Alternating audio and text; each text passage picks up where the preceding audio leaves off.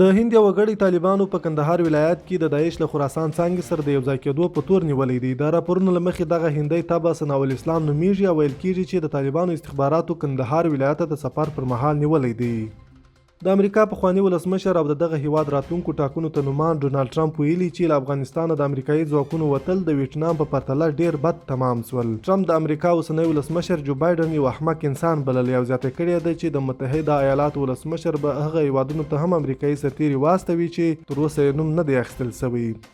د هند تر ټولو بډایه سړي مکیش امباني د خپل زوی اننت امباني واده ته د نړۍ له یو شمېر لویو شرکتونو د مشرانو، سیاستوالو، مشهورو سندرغاړو او فلمي ستورو په ګډون د 3 ورځو میلمستیا لپاره 50,000 کسانو ته بلنه ورکړې ده. دغه هندي میلیاردر په دې وروستیو کې د رادیکا میچنس په نوم نجلۍ سره د خپل 28 کلن زوی اننت امباني د واده مراسمو لپاره د ګجرات ایالت په جامع نګر ښار کې یو عالي معبد جوړ کړی دی.